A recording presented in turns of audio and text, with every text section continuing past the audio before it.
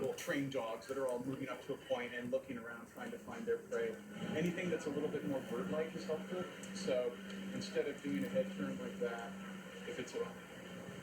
There's one direction, just don't look silly.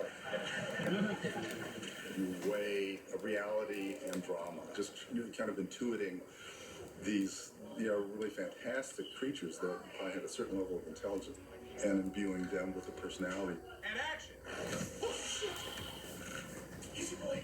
It's different than just working to like a mark for an eye line. You're actually working with a raptor. So you know where their eyes are and you know their movements and seemingly just like a raptor. A lot of actresses won't even do their off-camera stuff. Bryce not only does all of hers, she does all of the dinosaurs off-camera as well. When Owen has his moment with Blue, this is what he's seeing right there. The actors with those like raptor helmets, they have to be able to get into the mindset of how a raptor moves and, the predatory qualities that give the actors like visual cues to make them even scarier. Okay. All right, good. The animators back in Industrial Light and Magic are going to try and make them feel like real animals. That's really, really important to Colin on this film. Cut. Right.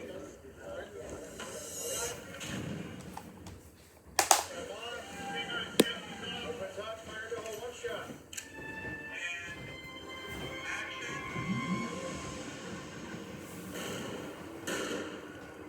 Go, Chris.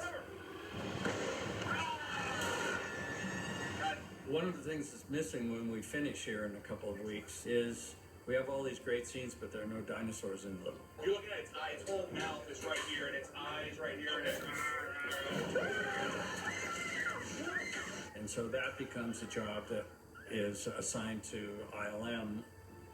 We turn over a whole sequence to ILM, and Colin designs these sequences and what the dinosaurs are doing in each one of them. And now, as things go on, we're going to be seeing our dinosaurs come to life. I'm thinking kind of lifts her up and then claws the legs. And kind of sort of goes up there and slams it.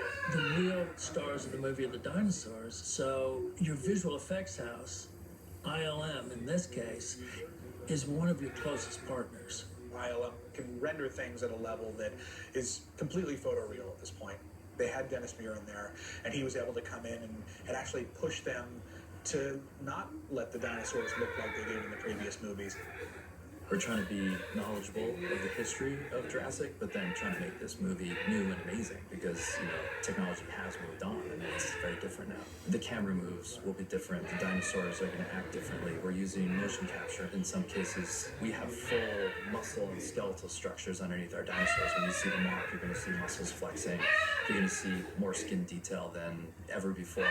We're doing close-up shots that would never have been attempted before. We're doing close-ups of the eyeballs, we're doing close-ups of mouths. We have, drool dripping. There's just more aggressive shots than you would have really done in the past.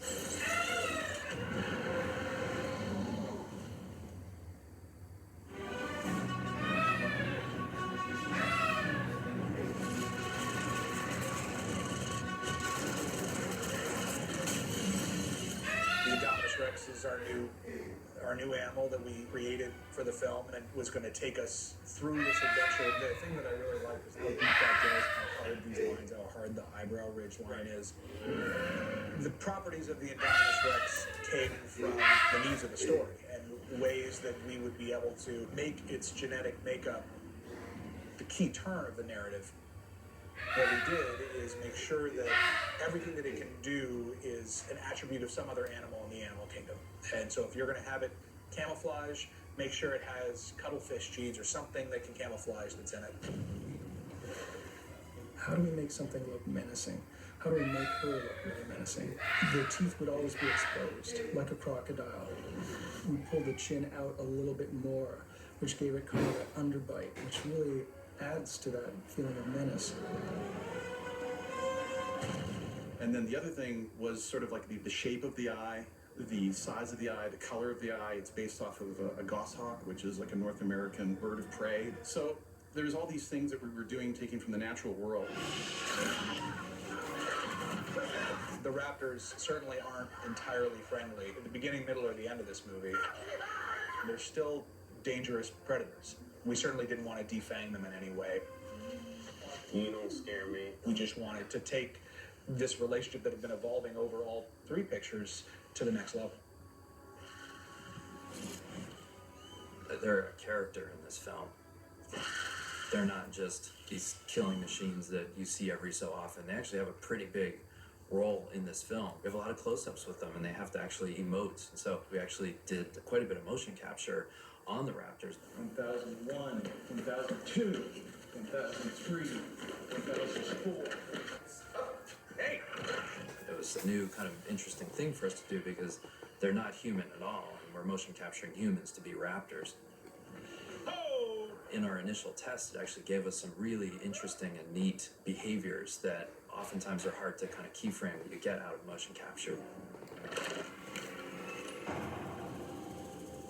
Another one of our new dinosaurs was the Mosasaurus, and Colin really wanted something in water because that would set it apart from all the other dinosaurs we've seen. We really haven't seen one in the water. Okay, folks, let's see if she's still hungry after already eating today. I showed you this image of the Mosasaurus coming out of the water and eating a shark. And I kind of realized in the moment